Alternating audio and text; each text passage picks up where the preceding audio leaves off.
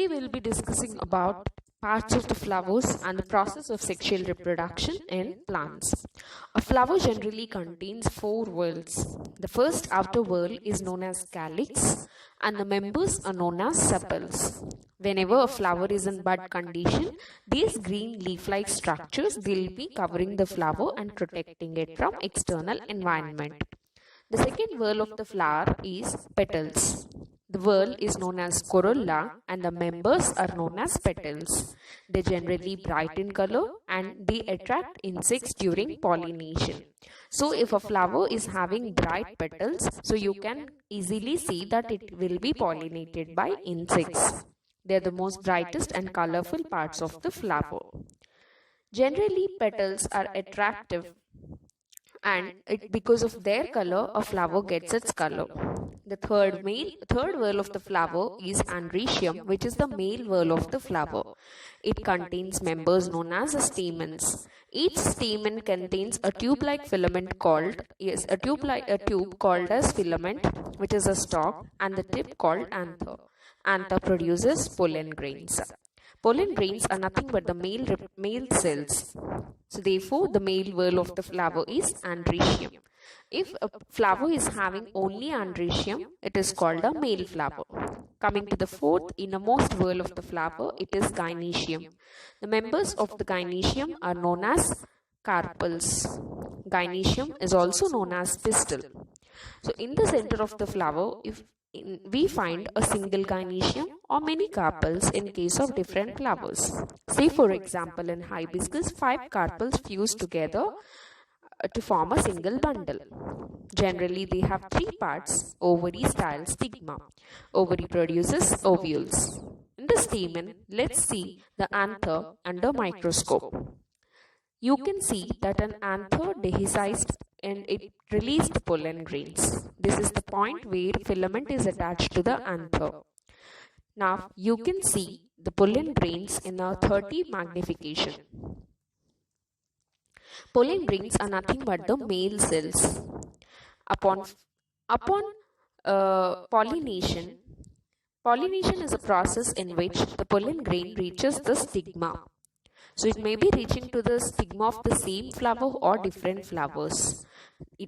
Therefore, it will be either self-pollination or cross-pollination. An ovary generally has ovules, which are the female gametes or the female cells. When the pollen cells reach the ovule, fertilization happens.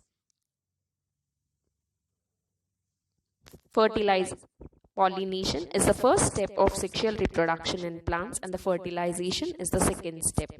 Ovules under 40x magnification appear something like this.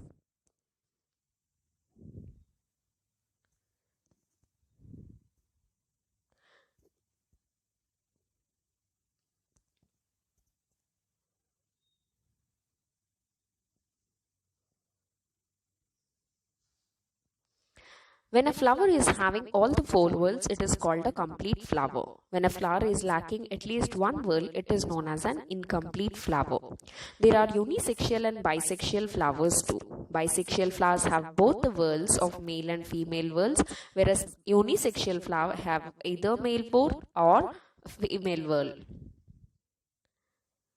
You can see bisexual flowers in case of datura and unisexual flowers in case of papaya, cucumber, etc. Plants generally they get pollinated by insects, birds, animals, etc. Here you can see a butterfly, which is an insect pollinating the flower. This is a blue mormon, which is a state butterfly of Maharashtra. Nature has its agents of pollination. This is a carpenter bee pollinating passion flower. In all these flowers which are attracting insects, they are either attractive or they either secrete nectar or they are sweet smelling so as to attract different insects. These insects, when they sit on the flower, the pollen grains generally get stuck to their bodies. Even birds also pollinate. For example, in silk cotton tree, pollination is done by birds. In order to get pollinated by insects or birds, the pollen grains must be sticky and they must be smooth and soft. Even the stigma should be sticky in order to capture the pollen grains from the bodies of the animals or from the bodies of the insects. On par with the insect pollination and birds pollination, there are several other agents of pollination like the pollination by wind, pollination by water, etc. Here you can also see a sunbird pollinating flowers, and you can observe that the flowers are bright in color which are attractive. So the birds generally reach there for in search of nectar or food. So when they unconsciously or without conscience, they'll be visiting different flowers. So in such conditions they may be pollinating other flowers as well. This is a plant which is widely seen everywhere. So you can see how the bird is visiting to different flowers, pollinating without knowing. Although it is unintentional, it is completely intentional by the plant.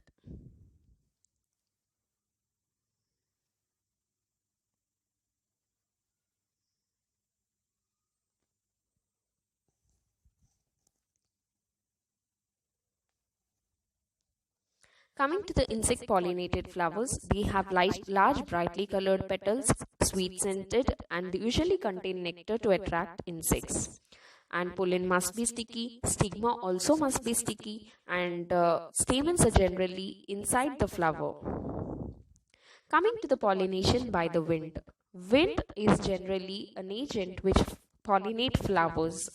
So obviously, in order to get raised by the wind, the pollen grains must be very small but produced in large quantities. They must be dry in weight so that even the gentlest wind can carry several pollen grains along with it. In case of wind pollinated flowers, as the plants or the flowers do not attract the wind, there is no need to attract the wind, they will be generally colorless. When we compare with the insect pollinated flowers are generally bright, colorful, and attractive because they have to attract the insects. On comparison, if we see the wind pollinated flowers, they do not have to attract the wind because wind by nature flows. So, the wind pollinated flowers are generally unattractive, and sometimes the petals may be present or petals may not be present.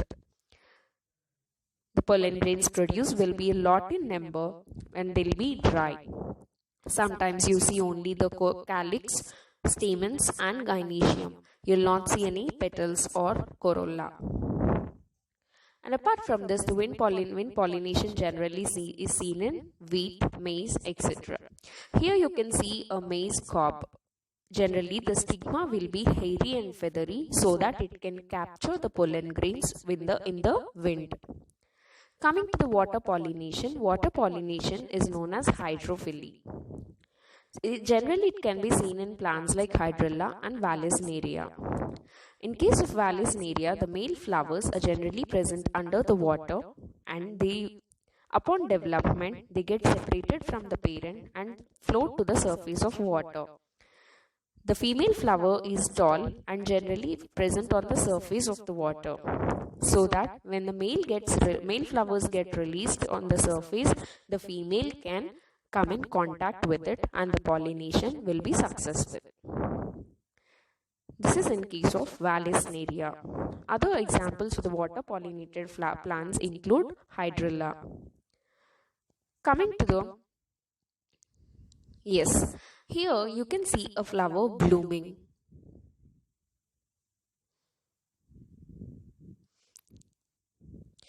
You can see all the parts of the flowers like the calyx, corolla, androecium, and also gynoecium.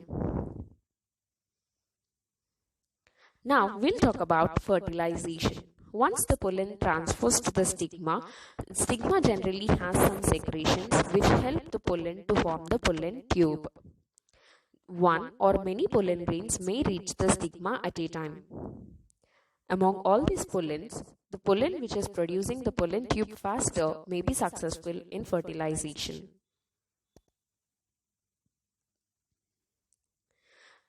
Generally, the female reproductive whorl contains three important parts called stigma, style, and ovary. Ovary contains ovules. Stigma is the tip of the carpel, style is the stalk of the carpel, and ovary is the base of the carpel. Now, in the ovule, the cytofertilization happens. Inside the ovule, we see an embryo sac with different types of cells called as the antipodal cells, synergid cells, and the polar nuclei.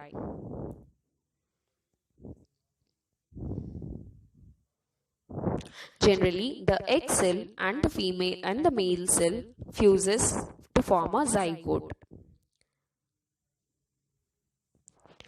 Once generally, in order to observe the development of a pollen, we can add sugar solution to it.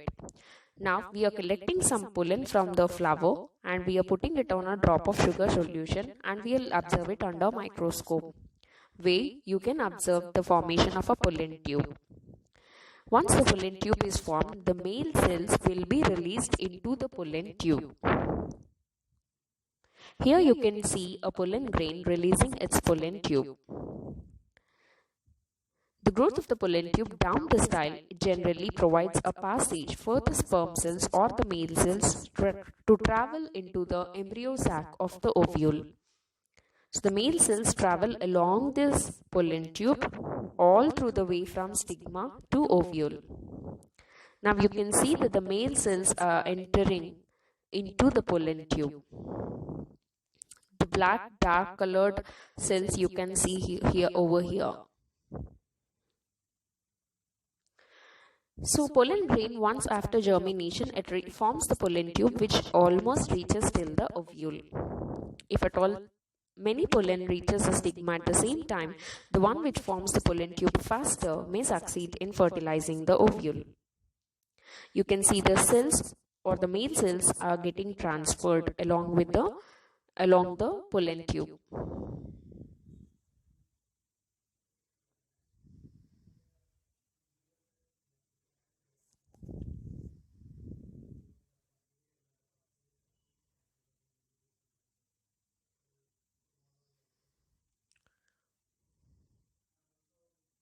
Right. So now you can see the male cells, they are traveling all over the pollen tube down towards the ovule. So generally pollen cells are 2 in number. Now first of all, the fusion of the polar nuclei occurs. Polar nuclei are generally present at the center of the embryo sac. Both of them get fused and it is known as a fused polar nuclei. When pollen tube reaches and penetrates the embryo sac, the tip ruptures and it will release the sperm cells. The tip of the pollen tube ruptures by releasing the sperm cells. Just like this. Now one of the synergid cell will get degenerated. Now the sperm nuclei fuse with the fused polar nuclei as well as the egg cell. The fused polar nuclei plus the sperm nucleus forms the secondary nucleus, whereas the sperm nucleus that joins with the nucleus of the egg cell forms the zygote. The entire process of pollination, fertilization is to achieve this, to achieve the formation of the single-celled zygote. Once the process completes, post-fertilization, we have some changes that happen in a flower. Once fertilization is done, the zygote is formed. Once zygote is formed, we see that the fertilization is successful.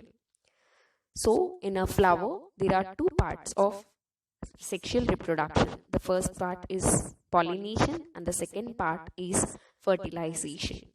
The ultimately formed zygote is a combination of a male and female gametes. The zygote keeps on growing, which is known as an embryo. Embryo can be imagined as a baby plant which grows inside a seed. Once the seed is sown, the embryo will give root as well as the shoot. The seed is generally protected in a seed coat and it will have cotyledons. Coming to the formation of a fruit, once the fertilization is completed, all the other parts of the flower, like the stamens, petals, calyx, may wither away. The style, stigma, also withers away. The ovary starts storing the food and appears like a fruit. The ovules, which are fertilized, become seed. A fruit is a developed fertilized mature ovary or ovaries of a single flower. It generally protects and nourishes the seed during development. It also attracts the animals in order to make them to eat the fruit and so that they'll throw the seed somewhere away, which is a part of seed dispersal. A fruit generally contains pericarp and seed. Pericarp is further divided into outer leathery epicarp, middle pulpy mesocarp, inner hard endocarp which contains seed.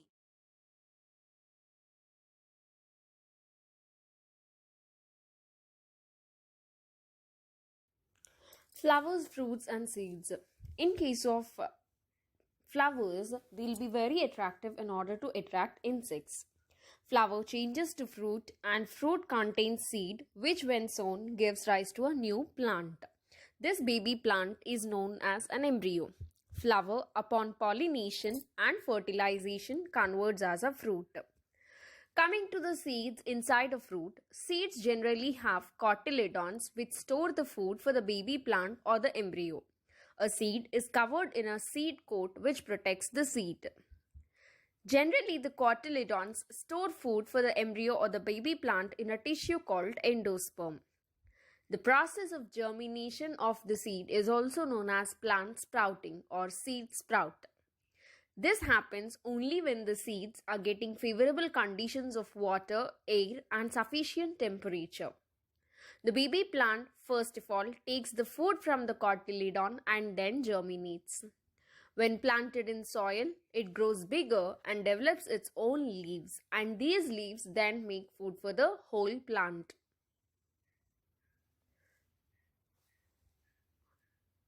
There are many different types of fruits.